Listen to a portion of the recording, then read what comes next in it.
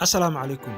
Ku soo dhawaada muuqaal cusub oo ku saabsan wiil dhalinyaro ah oo u dhashay Mareykanka oo xabsi muddo dheer ah oo lagu xukumi lahaa uga badbaaday quruxdiisa.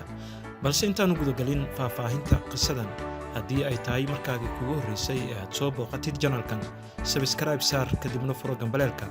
Sidoo kale sii share gareeya muuqaalkan. Mahadsanidin.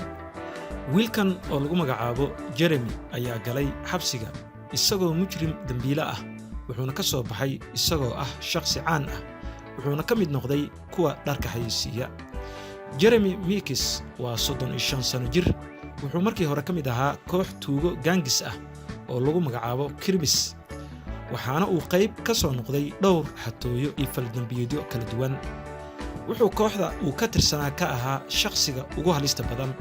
Sanadkii 2014, Jeremy waxaa gacanta ku dhigay laamaha ammaanka booliska, waxaana lagu xukumay xabsi gaaraya 27 bilood.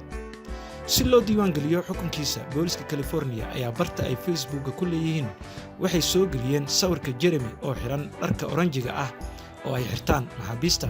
Halkaas ayayna ka bilaabatay isbeddelka nolosha Jeremy. Sawirka Jeremy ayaa qabsaday baraha bulshada gudaha Mareykanka, wuxuuna soo jiitay shirkadaha dharka xayeysiiya. Sidoo kale wuxuu soo jiitay dumar fara badan oo ku nool gudaha Mareykanka, waxaana loogu magac daray boqorkii quruxlowgii mujrimiinta.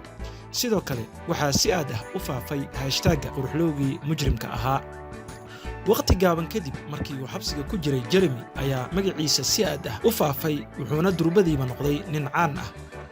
Intaas kadib, shirkadaha caanka ku ah xayeysiinta dharka iyo waxyaabaha la isku carfiyo ayaa bilaabay inay u baratamaan isagoo xabsiga ku jira. Mar alaale iyo markii uu xabsiga ka soo baxay, waxaa heshiis la saxiixday mid ka mid ah shirkadahaas, waxaana si degdeg ah loogu bilaabay tababarro ku aadan qaabka loo xayeysiiyo dharka. Intaas kadib, Jeremy wuxuu galay caalamka caannimada iyo fashionka, wuxuuna marka ka dambeysay heshiis la galayay shirkado waaweyn, waxayna dadka la yaabeen soo muuqashada bilowgiisii xayeysiinta dharka. Jeremy wuxuu ku guulaystay shakhsiga ugu fiican dhanka dhar xayeysiinta, gaar ahaan sanadkii 2017. 2 sano gudahood waxaa isbedelay noloshii Jeremy, wuxuuna ka mid noqday mid ka mid ah kuwa ugu caansan fashionka. Haddaba bartiisa Instagram-ka waxaa ku xiran 1.6 milyan oo ruux.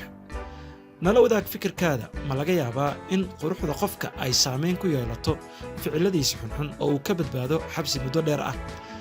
Aragtidiina noogu soo hagaajiya qaybta commentiga. Muuqaalkana sii share gareeya, sidoo kale nagu saacideeya like-ta maxaa yeelay waxay noo tahay dhiirigelin. Mahadsanidin.